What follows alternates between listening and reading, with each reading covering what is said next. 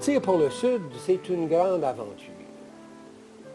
C'est très long, ça prend beaucoup de temps, et puis ça prend une certaine expérience.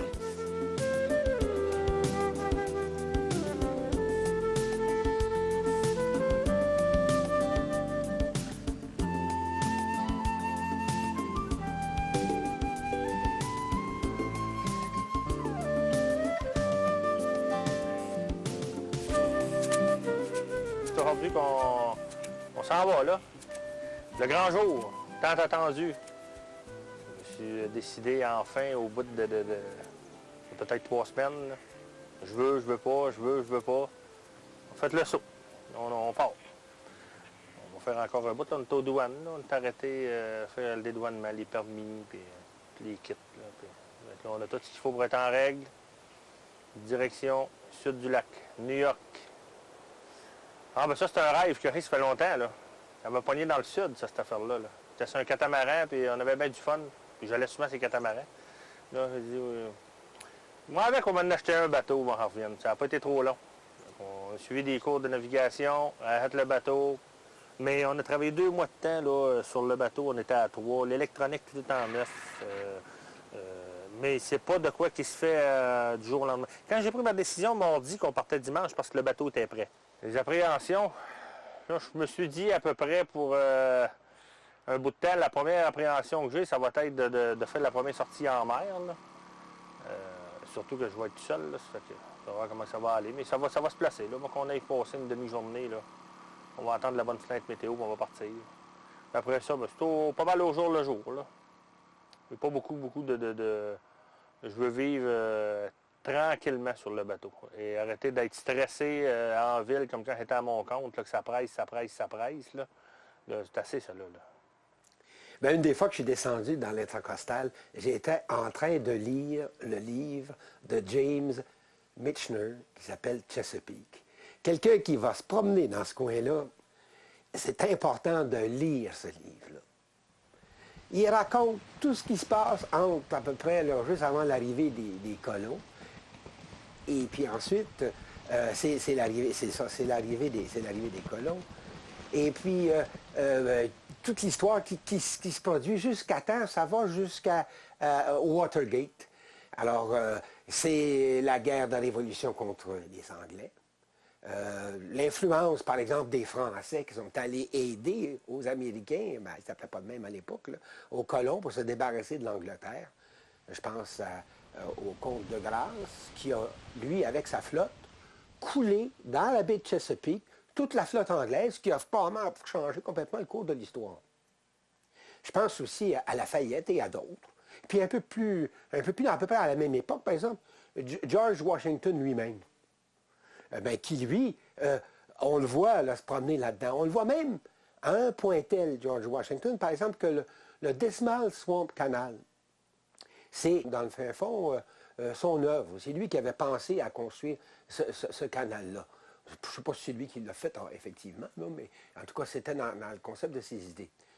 Alors, on revoit partout l'histoire des États-Unis. La ville de Baltimore, qu'on peut accéder, hein, la ville de Norfolk, la ville de Washington, tout ça par la baie de Chesapeake. Les îles dans le milieu de la baie, je pense entre autres à l'île Tangier où on avait mis le pied, qui est une île tout à fait spéciale parce qu'il y a une communauté de gens qui habitent là et puis qui sont restés là, depuis des générations et qui sont complètement isolés du continent. Ils vivent de la pêche. Et puis, ils sont même membres de religions un petit peu spéciales, peut-être des descendants des Quakers, parce qu'ils ont joué un rôle important dans ce coin-là. Et puis, ils ont réussi à se maintenir là, dans cette place-là. Puis quand on arrête là, bien, on va aller manger dans un petit restaurant, par exemple, il n'y a pas de vin. Ah bon, alors, c'est une autre coutume, on s'y habitue, hein, c'est pas plus grave qu'il faut. Alors donc, à partir de la baie de Chesapeake, quand on va vers le sud, eh bien, on rentre à Norfolk, dans les canaux intérieurs, pour éviter le Cap Hatteras. Alors, la baie de Chesapeake, c'est un endroit agréable pour naviguer parce qu'il y a des ramifications partout, des mouillages partout. Les eaux sont pas tellement profondes. Il y a des bons abris, mais pas partout. Ça peut être très dur, surtout à l'automne. au moment des ouragans, là, ça peut être costaud, la baie de Chesapeake, parce que comme c'est pas profond, ça fait des vagues qui sont hautes et courtes et puis qui tapent fort. Alors, puis à part de ça, par exemple, je pense aux îles, je pense à Tangier ou aux autres, là, c'est quand il y a du mauvais temps puis des fortes marées dans les pleines lunes. Ce qui arrive, c'est que des fois, ils se font inonder, ce monde-là, là, par les courants d'air, les courants qui arrivent. Alors, la meilleure période pour aller, pour nous, là, bien, c'est évident que c'est soit à l'automne ou au printemps, parce qu'on descend vers le sud à l'automne, puis on remonte vers le nord au printemps. Et c'est agréable, c'est un endroit qu'il ne faut pas négliger. La baie de Chesapeake et tous les environnements de cette région-là, ce sont des endroits merveilleux. C'est très agréable et c'est un endroit où on peut aller se perdre pendant plusieurs mois. Non, mais je veux dire, profiter de la vie, sans la vivre rapidement. Là, profiter à... Tu sais, moi, me lever là, à midi, là, puis perdre un avant-midi, c'est bien important. Je peux être assis sur le bateau à rien faire, mais au moins, je suis un avant-midi que je relaxe, mais il ne faut pas que je perde. Moi, je me couche le soir, il fait noir, je me lève le matin, il fait clair, il faut que je voie la journée. Ça, c'est profiter de la vie. En fait, quand j'ai mon ami Mario qui m'a offert, il s'est joint à moi. Ça a bien fait mon affaire parce que faire les écluses, puis tout le petit tralala, puis avec la semaine que j'ai passée de préparer le bateau, j'avais besoin un peu de me reposer. Ça fait que mon ami Mario va me barrer ça un bout, là. Donc, Moi, jusqu'à New York. Les écluses, non. J'ai vu ça pas mal quand même opérer à Chambly. Mario l'a fait souvent. D'ailleurs, c'est pour ça que j'ai un bon coup de main avec. De toute façon, c'est lui qui m'en avait parlé. Il y a des endroits, je pense, qu'il ne laisse même pas écluser s'il n'était pas deux. Puis, elle veut dire, bateau, 32 pieds. Quand tu es à la barre en arrière, manipuler, manœuvrer avec les deux écoutes, ou pas les deux écoutes, les deux amarres, là, c'est pas évident. Ça fait que là, autant qu'à briser qu'autre chose. Hein. Donc, la bonne compagnie, l'expérience, puis sa disponibilité, tout a bien tombé. Non, la mécanique non plus, ça me fait pas peur. L'électricité, c'est tout moi qui ai fait le bateau de A à Z. L'électricité, même sur le moteur aussi, c'est tout moi qui ai fait ça. La plomberie, je connais le bateau de fond en comble. Là. Puis je suis très manuel. J'ai même emmené tous mes outils de réfrigération. Si il y en a qui ont des problèmes, là, je pourrais faire de la réparation en m'en allant. Des voiles, au pire, on lèverait les voiles. On attendra d'avoir le vent du bon bord. Au moment où on va avancer pareil. Non, mais j'ai mon annexe, j'ai un 15 forces dessus. Je peux le mettre à l'épaule avec... je peux mettre mon dinghy à l'épaule avec le bateau bien attaché. Puis on va se faire propulser par le moteur hors bord. Jusqu'à temps qu'on se répare. On va trouver une place qui a des pièces, puis on va se réparer. Je fais ma mécanique moi-même. Ça devrait bien aller. Alors, nous autres, quand on arrive du Nord, eh bien, on a pris la côte atlantique à partir de New York. Et puis là, on a remonté la baie du Delaware. Et puis par le Delaware-Chesapeake Canal au nord, puis après ça, on redescend à la baie de Chesapeake. Et plusieurs personnes qui vont aller à l'automne vers le sud, ils vont arriver pour la fameuse deuxième fin de semaine d'octobre pour aller au fameux Salon du bateau. Le Salon du bateau d'Annapolis, c'est vraiment très agréable. Hein? L'exposition se fait non seulement sur terre, mais aussi au quai. Alors, il y a des centaines de bateaux qui sont à l'eau qu'on peut visiter. Il y en a tout autant sur la côte. C'est vraiment un moment très agréable là, pour toute personne qui est amateur de voilier.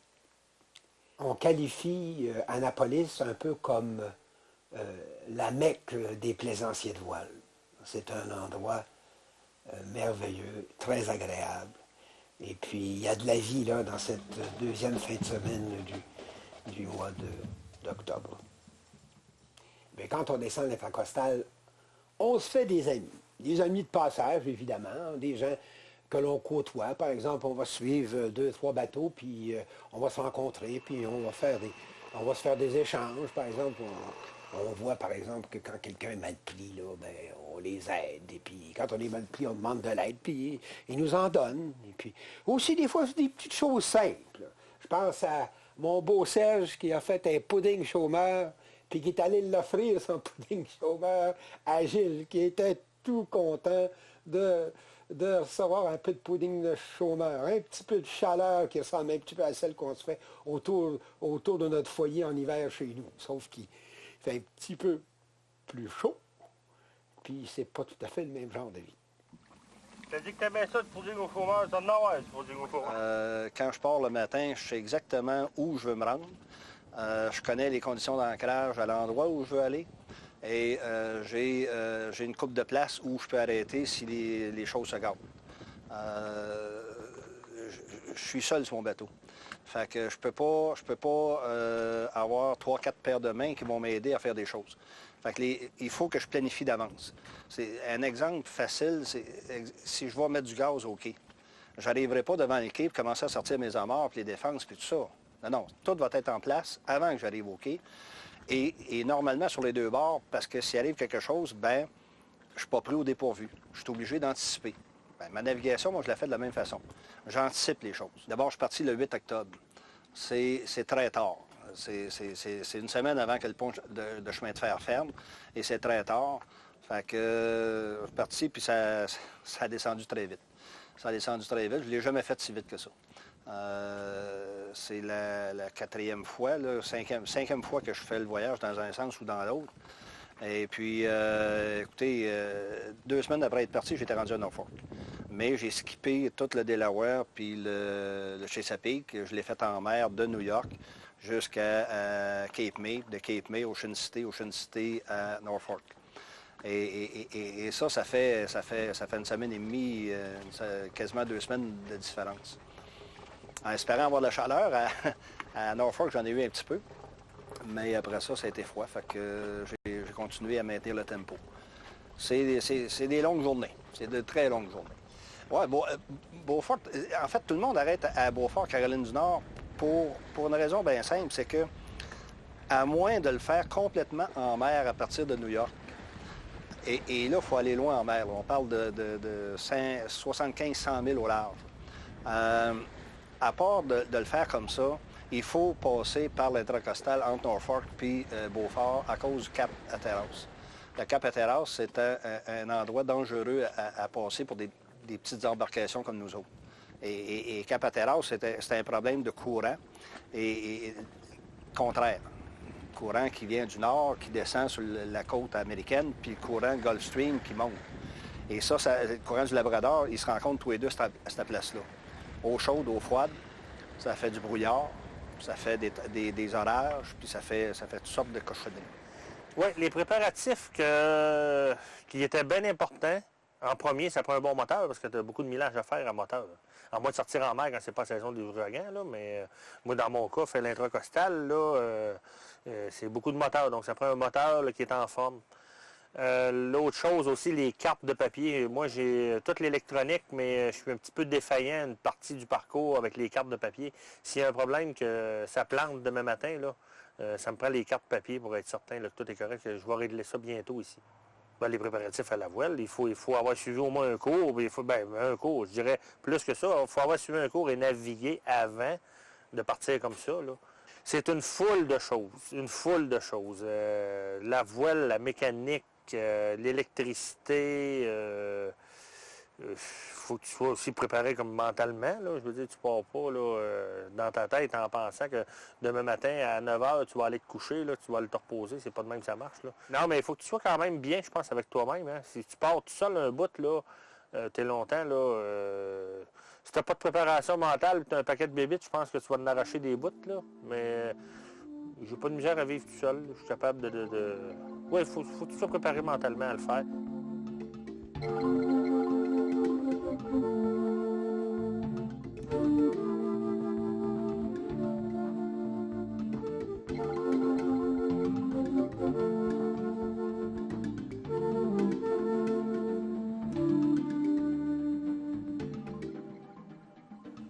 Les arrêts dans les marinas vont surtout être faits pour pouvoir ravitailler. Hein, ravitailler en diesel, faire du ravitaillement au niveau de la bouffe, au niveau de tout ce dont on a besoin. Il faut se préparer un peu à tout en descendant dans le sud. Les températures sont fraîches, ça peut même être froide, alors il faut être bien vêtu, des vêtements chauds. Alors si le bateau n'est pas tellement grand, bien, ça fait ça de moins de place hein, pour mettre toutes nos victuailles dans le bateau. Ça prend des vêtements pour faire face au froid, puis ça prend des vêtements pour la chaleur. On n'en sort pas. On traverse nord-sud ou sud-nord au printemps. Hein. On traverse là, quasiment 3 régions climatiques différentes. Bien, l'humidité prend une place importante, là, parce que quand on fonde 2-3 jours de pluie, l'humidité se ramasse dans le bateau, puis c'est difficile de la faire sortir. C'est sûr qu'il y en a qui sont bien organisés, là. Je pense à Serge et aux autres là, qui ont ce qu'on appelle un full enclosure. Là. Il y a moins d'humidité, ils servent très peu son imperméable, ils restent cachés en dedans. Surtout que, comme on l'a dit déjà, c'est beaucoup de moteurs descendent dans le sud. Mais alors donc, il faut faire sécher. Alors, d'où l'avantage d'avoir un chauffage d'appoint. Oh, ben ça fait partie du monde des gens de bateau, de s'entraider. C'est un monde où les choses sont assez difficiles. Alors, c'est important que quand on est avec d'autres personnes, d'autres bateaux autour, si un a un problème, les autres, spontanément, vont se rassembler pour l'aider, c'est certain. Alors, hier, justement, Gilles de Trouin a eu un problème avec son antenne, son fil s'est cassé et Cédric est allé en tête de mât. Ça fait que, moi, j'ai offert spontanément de monter dans son mât parce que moi, je suis assez à l'aise là-dedans. Ça m'est déjà arrivé à l'occasion, même en course, en compétition dans Baie de Gaspé, de monter en tête de mât. Fait que moi, ça ne me dérangeait pas. Pour lui, c'était gros, mais pour moi, c'était juste un plaisir de pouvoir lui donner un coup de main, d'aller chercher Cédric puis de redescendre ça. Fait que lui a winché avec un ami, puis moi, je suis monté en tête de mât. Fait que ça fait partie de l'aventure, ça fait partie du plaisir de la croisière. Pour passer de la baie de Chesapeake pour se rendre à Beaufort, il faut évidemment traverser le port de Norfolk. Le port de Norfolk, c'est un port militaire. Alors, on y voit les cuirassés, les porte-avions et toutes sortes de bateaux. J'imagine que depuis 2001, ça doit être un petit peu plus compliqué pour y passer.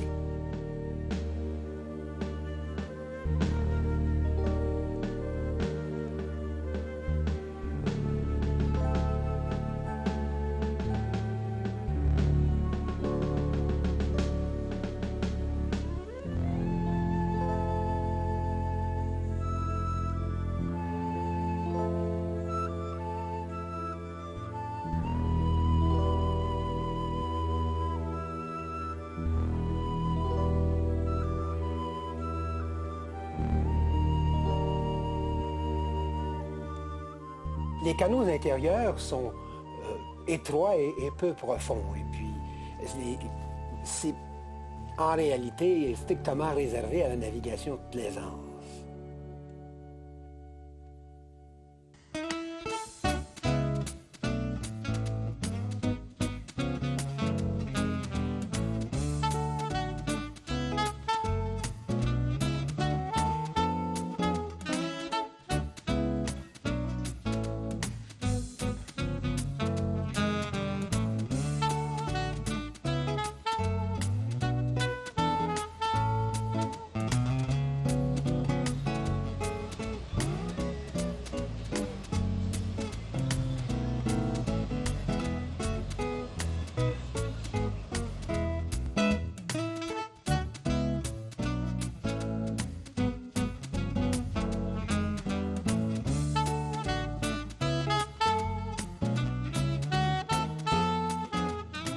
Au fur et à mesure qu'on descend dans l'intercostal, on s'aperçoit qu'il y a des ponts qui sont remplacés. Hein. Les ponts tournants ou les ponts-levis sont remplacés par des ponts qui sont en haute altitude, donc on n'a pas de problème et on ne retarde pas la circulation des routes.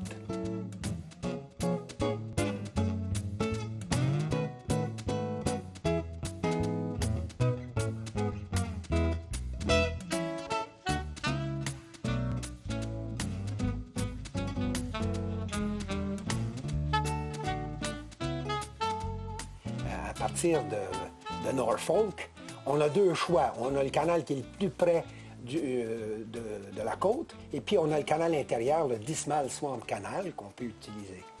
Les deux se rejoignent à l'Albemarle Sound. L'Albemarle Sound ainsi que le Pamlico sont deux vastes étendues d'eau dans lesquelles on peut y pratiquer de la voile. C'est très intéressant. Les profondeurs sont suffisantes, bien que ce ne soit pas très, très profond. Et il y a de bons abris. Ils sont protégés de la mer par une grande bande de terrain sablonneuse là, qui est sur le côté est, qu'on appelle the Outer Bank. L'Outer Bank empêche les vagues de rentrer et permet au vent, cette fois-là, permet au vent de rentrer pour nous apporter la brise nécessaire pour naviguer. Alors, c'est un endroit intéressant pour y faire de la voile. Un des endroits les plus intéressants de l'intercostal. Même, on dit que durant l'été, les gens qui viennent de Chesapeake Bay, les plaisanciers, vont souvent aller passer une partie de leurs vacances sur Arles, Bemal et Pamlico pour avoir du vent et surtout pour éviter les vagues qui viennent de l'extérieur. Parce qu'au large, c'est là le Cap Hatteras, c'est souvent de la broue qui rentre par là.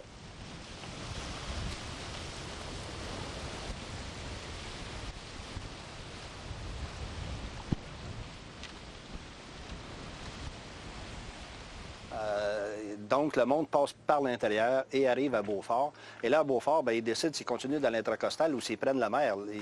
Ils n'ont plus ce problème-là de Cap Hatteras. On est rendu à Beaufort, finalement, 300 000 plus loin, Ville-Marin, ce qui fait 600 km. Trouvé encore une fois Beaufort, une autre fois, comme c'était très, très agréable. Il y a juste en face de l'endroit où on était mouillé, là, dans le petit village de Beaufort, si l'on veut, là, il y a une superbe île où on y trouve des chevaux sauvages. Alors, on est allé se promener, on a fait des marches en attendant et voir quel superbe endroit pour aller faire une balade à pied et pour aller voir en pleine nature ces animaux, ces chevaux là, qui se promènent et puis qui viennent nous saluer devant le coucher de soleil ou je ne sais trop.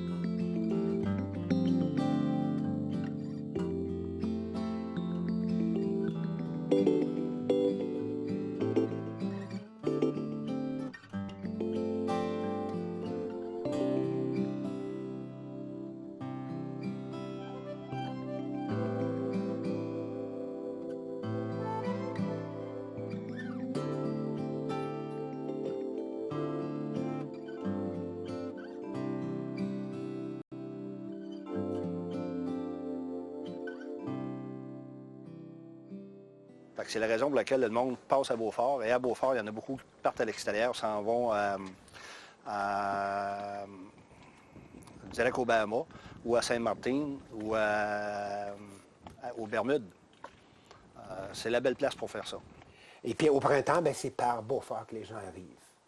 Beaufort, c'est un endroit, je pense particulièrement à l'automne, où les gens attendent la date clé, qui est à peu près la mi-novembre, pour pouvoir quitter le continent pour s'en aller vers les îles.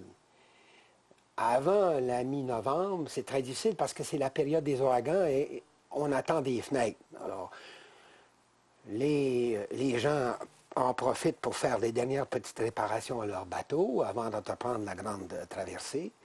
Ils en profitent pour aller faire les courses nécessaires pour tout le ravitaillement dont ils ont besoin pour faire la traversée.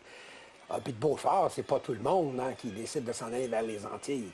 Il y en a d'autres qui vont quitter l'intercostal, puis ils vont faire un 24 ou un 48 heures sur la côte, puis ils vont rentrer dans un autre inlet, plus au sud, pour jouer un peu à saut de mouton, sauver du temps et puis prendre une expérience de mer, parce qu'éventuellement, ils devront y faire face à la mer en quittant le continent à partir de la Floride.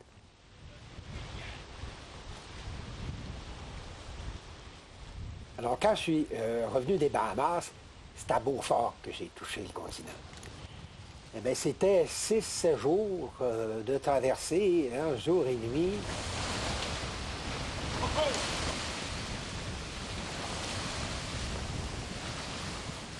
C'était ma première traversée. Alors, c'était toujours un petit peu inquiétant avant de quitter Nassau. On se demandait là, comment on arriverait. Hein, je pense, par exemple, à la fois que j'ai pesé sur mon GPS, puis j'ai dit « go to ». Puis c'était plus que 1000 marins pour se rendre à destination. Oula, je trouvais ça assez loin.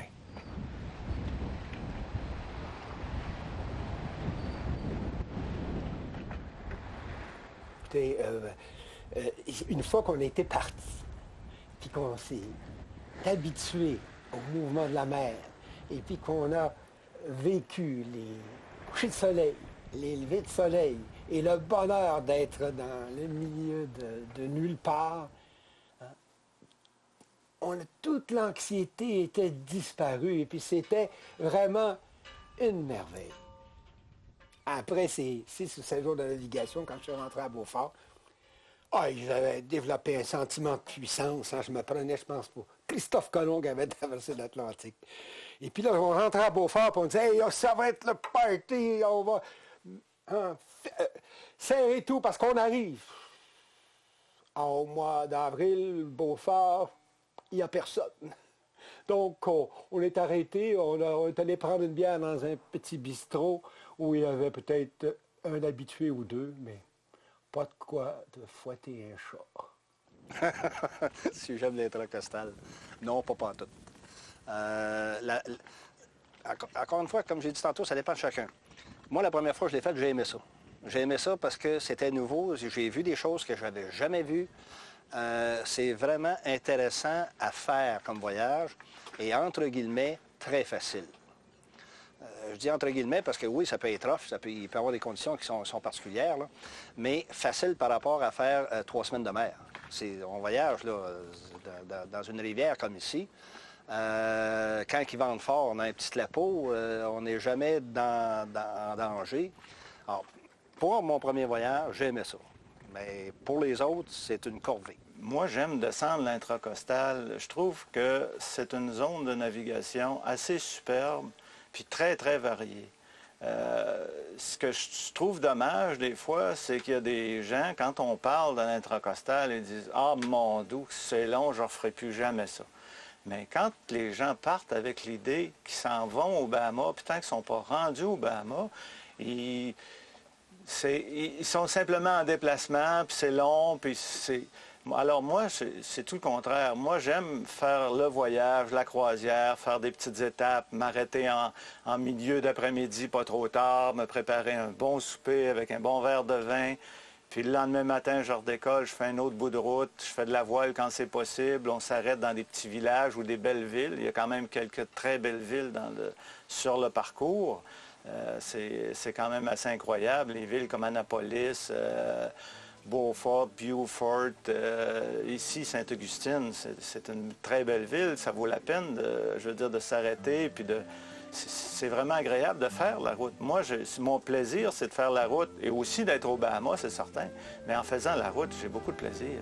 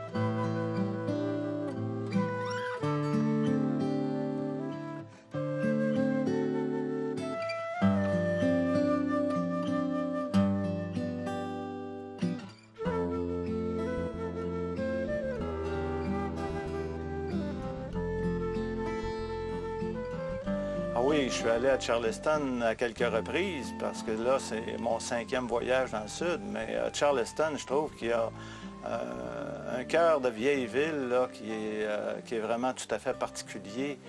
C'est vraiment les belles maisons, puis tout ça, c'est un décor. On a l'impression de retomber à une autre époque dans certaines rues, tellement c'est homogène. Il y a beaucoup de villes où tu as des belles vieilles maisons, mais là, c'est des rues entières. C'est ça que je trouve assez extraordinaire à Charleston. Et c'est vraiment une ville qui fait partie des très belles villes à ne pas manquer quand on descend dans l'intracostal.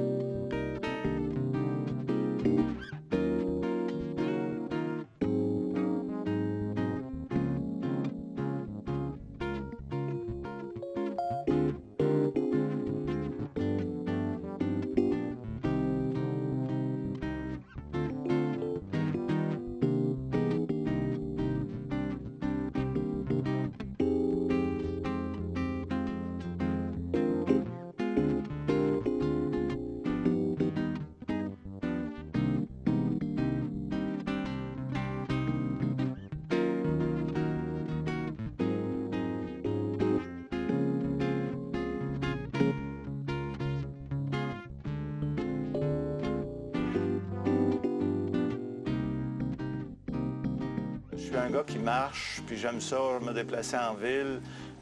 Souvent aussi, quand c'est une ville où j'arrive pour la première fois en particulier, j'essaie de trouver l'office du tourisme, avoir un petit plan de la ville, avoir les choses intéressantes à voir. Et j'aime marcher en ville, me promener, regarder autour. Je fais ça là, très régulièrement quand je suis dans des villes sur ma route.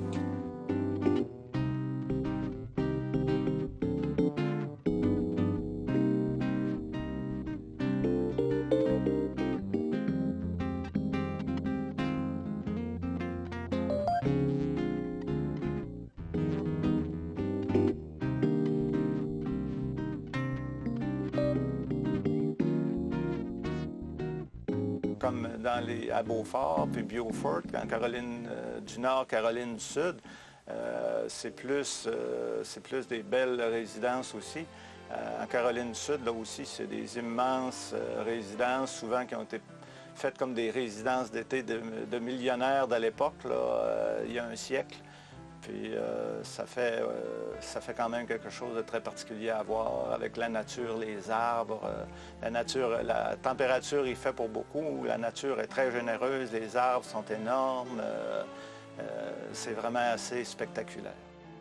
Beaufort, Caroline du Sud, ça ressemble en rien à Beaufort, Caroline du Nord, dans le sens que Beaufort, Caroline du Nord était sur le bord de la mer, tandis que l'autre est complètement à l'intérieur des terres. Ça prend quand même quelques heures de navigation pour rejoindre la mer.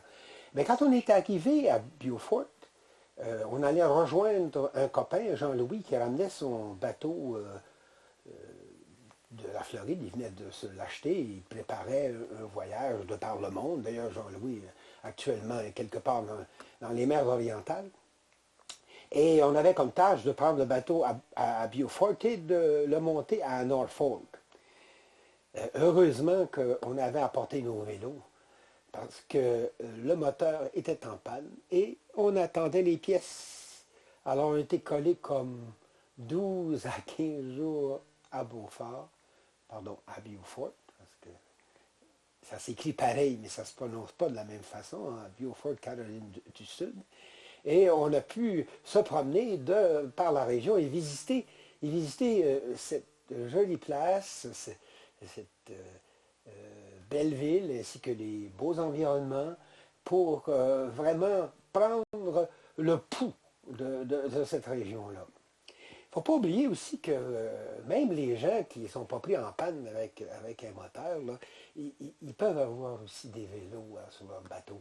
C'est agréable là, quand on prend notre temps là, pour descendre l'intracostal, d'avoir ces vélos, tu mouilles le bateau quelque part ou tu te trouves à une marina, tu descends les vélos et tu passes des journées à fouiller les différentes régions. C'est un décor tellement riche, hein, les arbres, l'architecture des maisons. C'est vraiment un décor merveilleux. Ensuite, ben, ça a été l'attente, le mauvais temps, le beau temps, la vie aussi du bateau quand on est en panne, alors avec tout ce que ça peut représenter, là, la patience qu'on doit cultiver.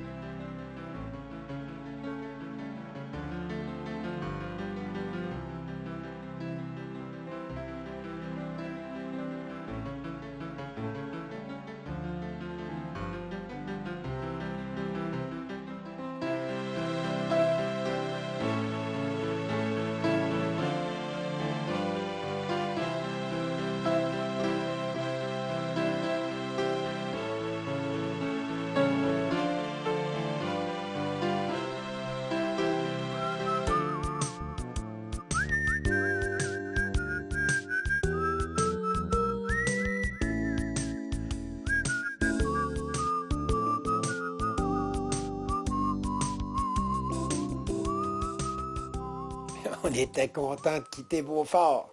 Et là, c'est l'aventure qui continuait. Hein, le plaisir de se déplacer. Puis là, il y avait eu des journées de mauvais temps, comme on était à Vieux-Fort.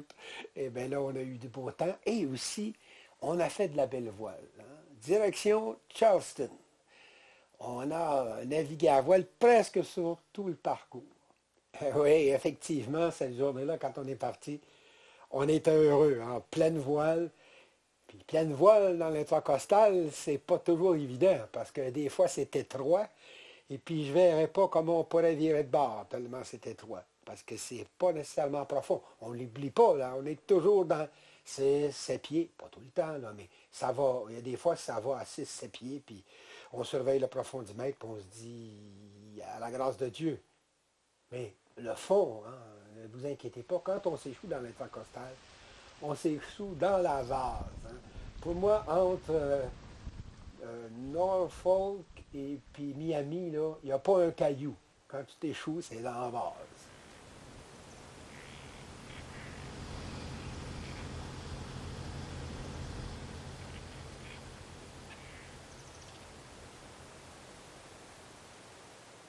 À certains endroits, c'est évident qu'il faut tout arrêter parce que les ponts ouvrent aux demi-heures. Alors, on tourne en rond jusqu'à temps que jusqu'à temps que le pont ouvre pour pouvoir continuer notre périple.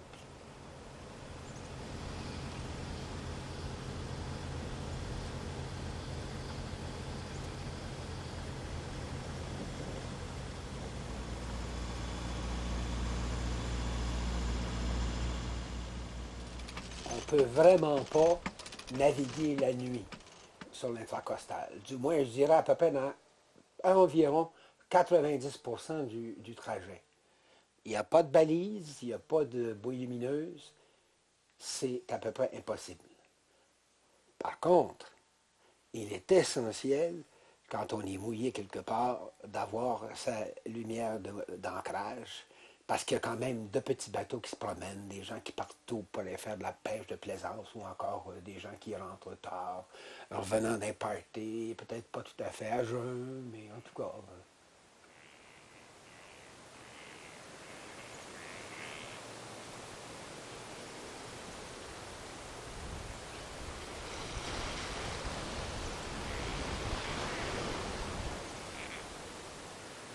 Oui, en fait, compte, ça prend beaucoup plus de temps à moteur, beaucoup plus de temps à passer à moteur ici qu'à voile. Là.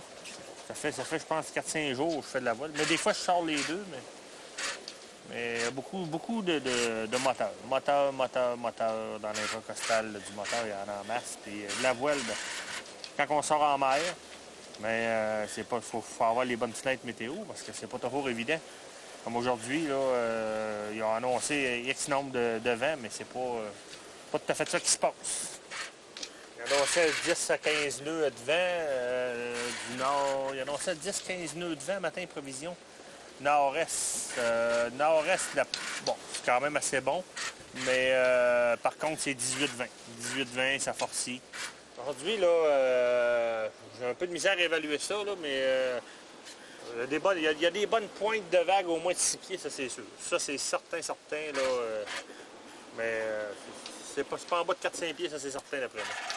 Là, je viens de sortir de St. John's River, direction, je suis dans le nord de la Floride, à côté de Saint Fernandina Beach, en direction sud, pour rentrer à Sainte-Augustine. Il paraît que c'est une belle ville, fait que je vais aller faire un petit tour là. Je vais aller jeter l'ancre là.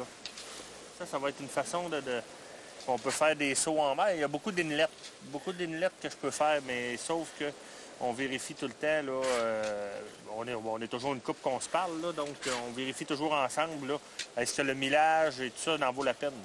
Parce que oui, c'est en ligne droite, mais il faut toujours qu'on compte le millage quand on sort, qu'on rentre dans l'inlet. Souvent, on a 1 heure pour rentrer et 1 heure pour sortir. Ça fait que le temps qu'on perd là-dedans, bien, souvent, c'est plus vite à l'intérieur des terres. Il faut tenir compte des marées. Après ça, le nombre de séquences de secondes pour les vagues, pour que ça brasse trop. Par contre, ça nous permet de faire de la voile. Bon, l'avantage, on fait de la voile, puis on sauve du gaz, puis on sauve tout. Mais c'est pas... l'avantage, c'est de faire de la voile.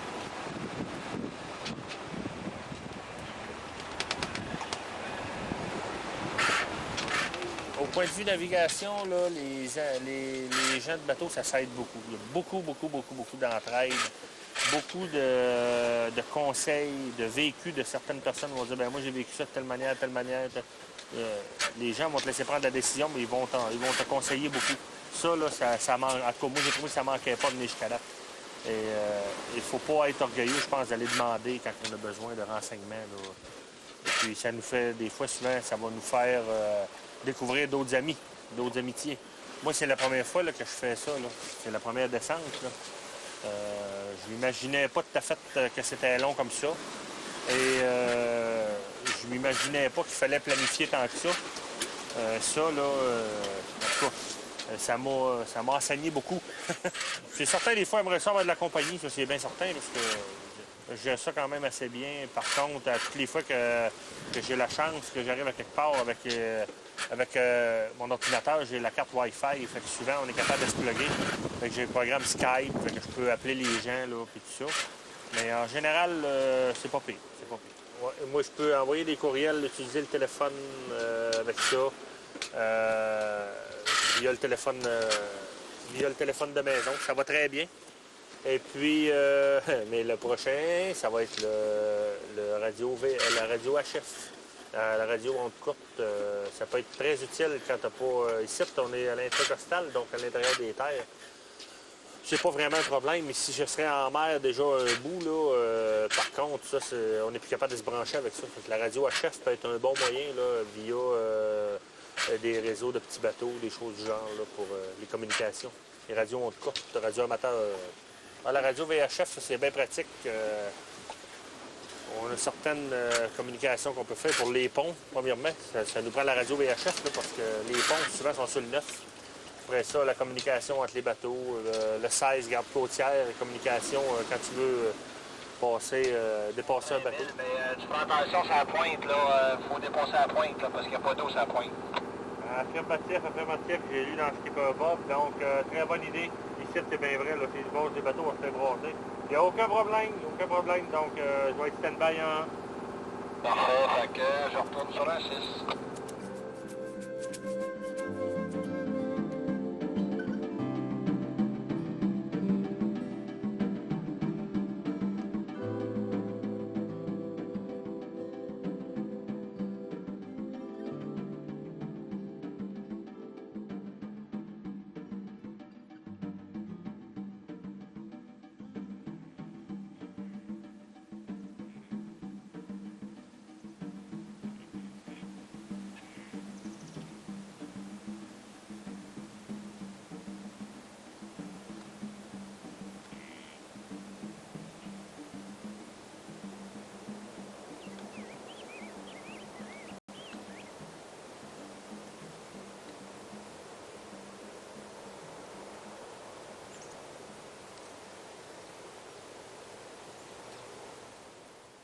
Mais il faut dire que les 40 à 60 mm de pluie qui doivent tomber d'ici mercredi en Beauce, en Estrie et à Québec pourraient créer de nouveaux débordements. Pour l'instant, la crue de la rivière de la Petite-Nation en Outaouais menace 65 résidences et dans les basses... toujours la même affaire. C'est des nouvelles souvent qu'on n'écouterait même pas au Québec, mais quand on est en dehors, ça fait plaisir de les entendre un peu. Au moins, on entend parler des affaires en français. C'est à peu près la seule chose. Ah oui, puis sur la radio satellite, il y a notre ami ou ennemi, là, Jeff Fillion, là, qui a une émission, c'est le maire Gendron, puis des fois, quand on est tanné d'entendre parler d'autres langues, là, on revient sur le français.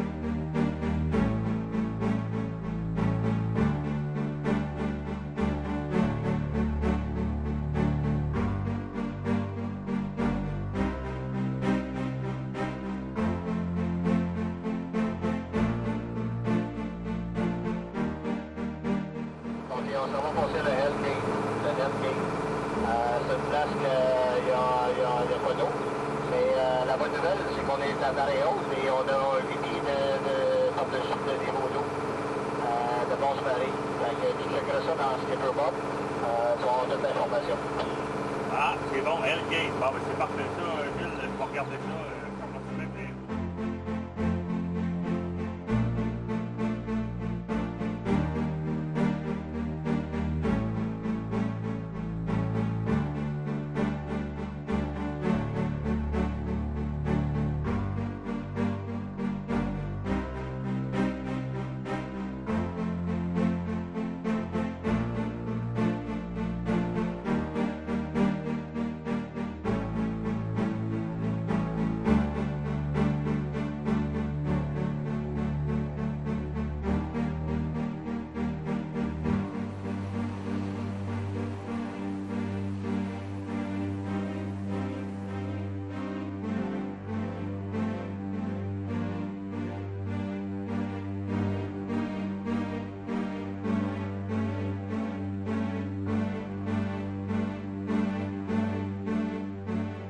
On n'a même pas de moteur. Là, c'est pratique d'avoir un que le génois de temps en temps. Un bon vent, là, ça file. Ah, ben le bateau à deux voiles, c'est qu'on n'a pas... je peux utiliser un que mon génois, mon foc en avant, puis à ce moment-là, je suis pas obligé de toujours avoir de l'espace pour me mettre nez au vent, pour lever la grand voile, puis affaler, puis toujours de ça, là. Ça c'est l'avantage. Fait que quand j'arrive, que le vent il est plus favorable, j'enroule ça puis je sers ça. Quand j'arrive dans des rivières et que j'ai un bon vent favorable, ben là, je sors, déroule ça puis on part. Fait que ça prend 2 secondes puis c'est fait. Mais quand tu as avec une grande voile, tu es obligé de te mettre nez au vent puis de retrouver de l'espace après pour te remettre nez au vent pour refaler. C'est un petit peu un inconvénient. Moi, je vérifie sur mes cartes ou sur mon électronique ici, puis je dis, bon, ben, je m'en vais à tel endroit, je mets un X là. Je pèse sur un bouton qui me dit, allez à cet endroit-là, et là, il va me dire, OK, il faut que tu prennes le cap de 320 degrés, 300 degrés. Donc, je pitonne ça dessus, 320 degrés, puis il me garde ça tout le long, il m'emmène directement là. Ouais, une pilote automatique, là, une chance que ça me permet de me reposer des bouts. Ben, se reposer. Surtout qu'on peut piloter avec l'ordinateur, puis toutes ces choses-là, je peux aller à l'intérieur, tout ça fait pareil, c'est bien pratique. Mais ça ne remplace pas un équipier, un pilote automatique. Parce que quand il y a du gros vent, il n'est pas fiable. Ils sont pas capables d'en faire un, on dirait qu'ils mettent 210 degrés et de le tenir. Le pilote, lui, il ne sait pas quand est-ce que le vent il va changer de direction ou il ne voit pas les vagues. En tout cas, il y a encore de l'amélioration à faire là-dessus. On parle souvent des Américains en disant « Ah, les Américains sont arrogants », puis tout ça. On a une image des Américains, mais quand on rencontre les gens, c'est les gens ordinaires, comme on pourrait dire. Moi, je sais que je suis resté agréablement surpris. Puis d'un voyage à l'autre, encore cette année, à Belhaven, à un moment donné, je me préparais pour m'en aller à l'épicerie avec mon sac à dos. Une voiture qui s'arrête. Est-ce qu'on peut vous aider? Vous allez à l'épicerie? J'ai dit, ben oui, puis c'était loin, c'était plus d'1000. Fait que, embarque. Puis la même chose pour le retour, une autre voiture m'a embarqué spontanément. J'ai trouvé que vraiment, là, on a un contact. Quand on a une chance d'avoir un contact avec les gens locaux, là, puis vraiment, c'est sympathique. En tout cas, moi, j'aime beaucoup les contacts avec les gens quand on a l'occasion comme ça, là. Ouais, fait que là, on est arrivé, en tout cas, moi, je considère que je suis arrivé dans le sud, malgré que le petit vent n'est pas chaud, là. Mais au soleil, on est très bien. Alors, la course au sud, là, elle a pris fin hier. Elle a carrément pris fin hier. Là, je suis arrivé dans le sud. Ça veut dire qu'à partir de maintenant, oui, on va continuer, j'ai des étapes à faire, là. Mais je vais arrêter, on fait des journées moins longues, on va arrêter un peu plus souvent, jusqu'à ce qu'on soit rendu passé Miami. Et après ça, ça va être la traversée au Bahama. Parce que c'est ça, je disais tantôt sur les journées. On commence à 5h, 5h30 le matin, et puis on finit pas avant 8h30, 9h le soir. On a 10 heures de navigation à faire là-dessus. Il faut préparer la navigation. Évidemment, il faut se faire à manger avant et après. Il faut faire les vérifications du bateau. Vérification des niveaux d'huile, vérification des filtres pour la pompe à eau. Alors, c'est des journées très longues. Alors, 5 semaines de ça, c'est assez. Donc là, à partir de maintenant, on va relaxer un peu plus. Et puis, je prévois traverser d'ici le 1er décembre, traverser au Bahama. Full enclosure, c'est le meilleur investissement dans ma vie que j'ai fait avec ça. Quand il pleut, j'ai même pas eu besoin de mettre mon impair une fois depuis que je suis parti.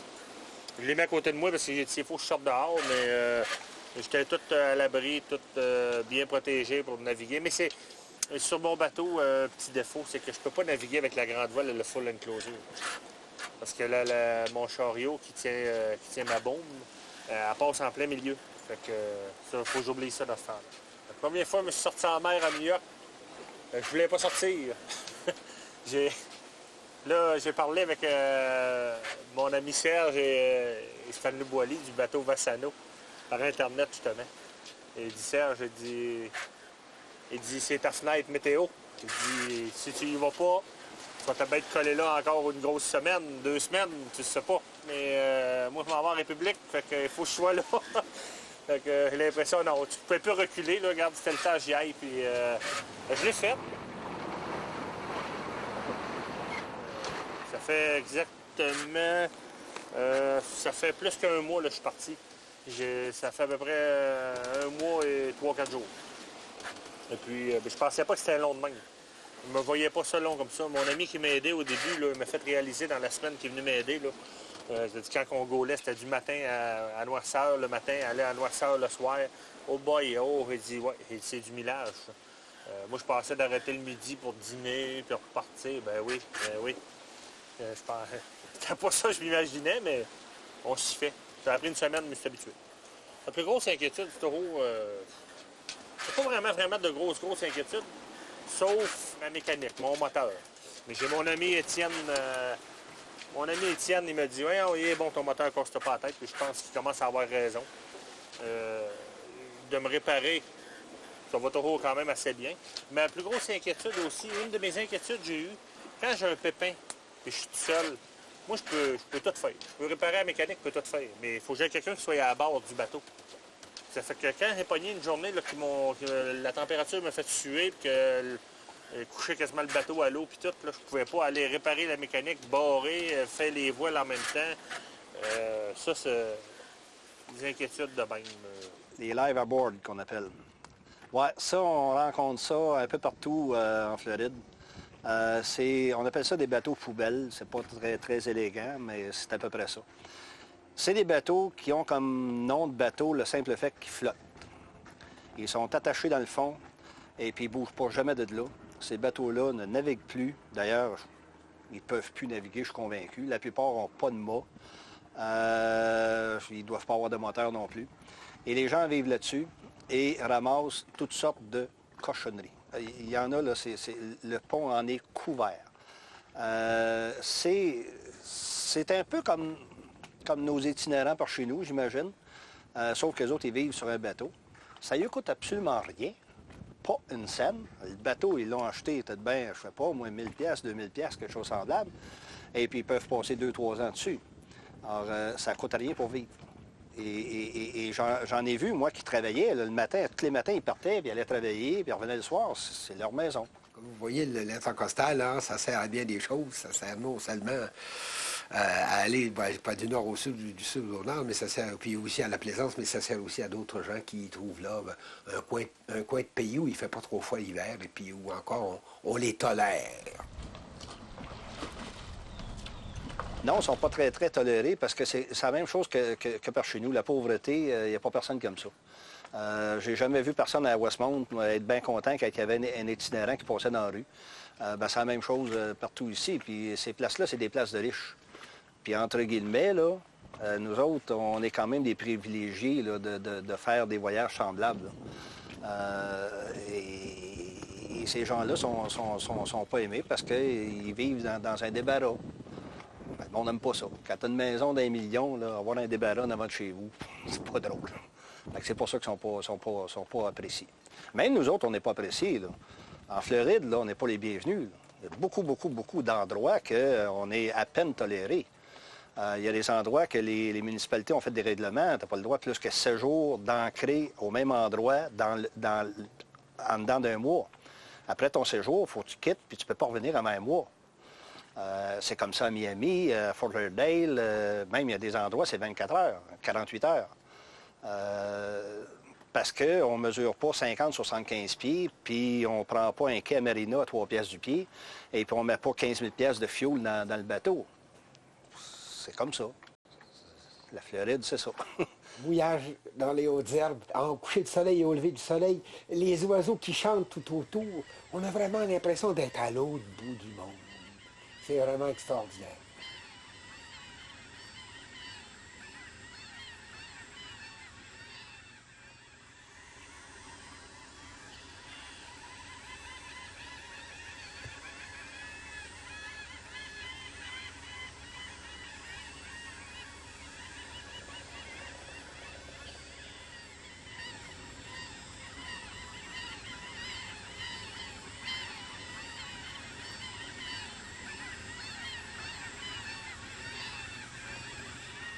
C'est difficile de dire si c'est une job de débutant ou pas. Ça dépend des personnes, ça dépend des personnalités. Je connais du monde qui ne l'ont jamais fait, puis qui ont fait un très beau voyage. Puis il y en a d'autres que ça risque des fois d'être un objet de divorce. Ça peut être très pénible. Ça dépend comment on s'y engage, puis quelle sorte de personnalité on a. Moi, je l'ai planifié de longue date, mon premier voyage. Puis j'avais été chercher à peu près tous les guides qui existaient. C'était très bien planifié, mais j'ai trouvé ça dur parce que c'était de l'inconnu à tous les jours. Il y en a d'autres, c'est pas grave, c'est pas important. Ça arrive pas, ça arrive pas. Ça dépend vraiment de chacun. Bien, descendre ou remonter l'intercostal, c'est une belle aventure. Il y a des belles découvertes. Par exemple, des espaces où tu te sens tellement loin du reste du monde. Là. Tu te promènes dans des hautes herbes.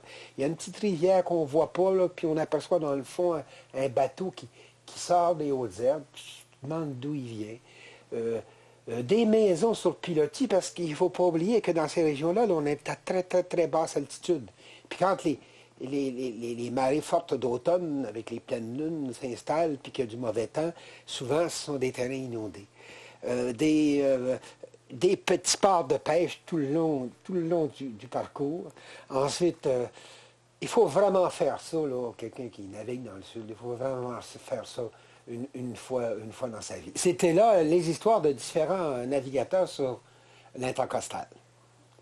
Il y a Jean-Claude qui a pris son temps comme il le voulait bien, il est descendu vers la Floride, et puis il a traversé vers les Bahamas.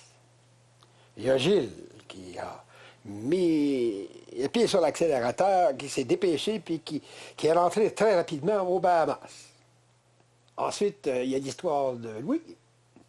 La première fois, il est remonté l'intercostal, il s'est rendu à New York, il a pris l'Hudson, et puis chose surprenante, il a remonté l'Hudson à la voile. Ça, c'est rare.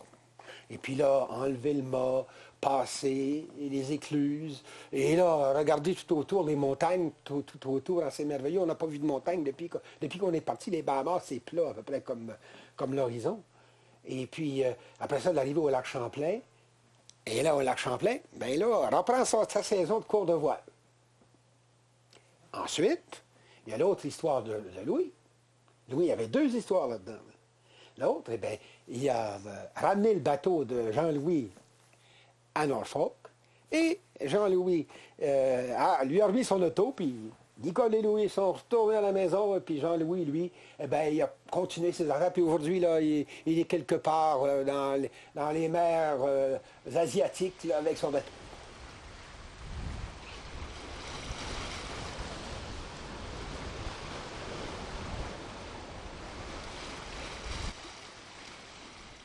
Il y a Serge qui a laissé son bateau en Floride parce qu'il n'avait pas le temps. Lui, il était pressé de s'en aller en République dominicaine. Et puis, il a laissé son bateau là, puis il s'est sauvé en République dominicaine. Sauvé, on ne sait pas trop. En tout cas, surveillez bien. Moi, il faut que je m'en aille en République dominicaine. C'est pour ça qu'il faut... Là, faut que je sois là à temps. Des fois, je regarde le temps avancer. Mais non, ça va bien. Je suis pas mal dans mon temps. Il faut que je sois en République le 15 décembre, mais... vous verrez bien. Ya mis amigos se fueron casi todos. Los otros partirán después de mí.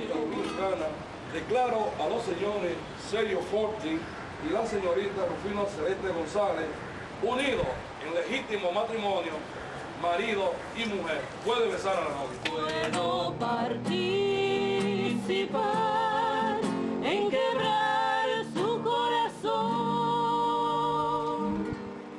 otra vez. No puedo hacerlo más. Si tú crees que me asombra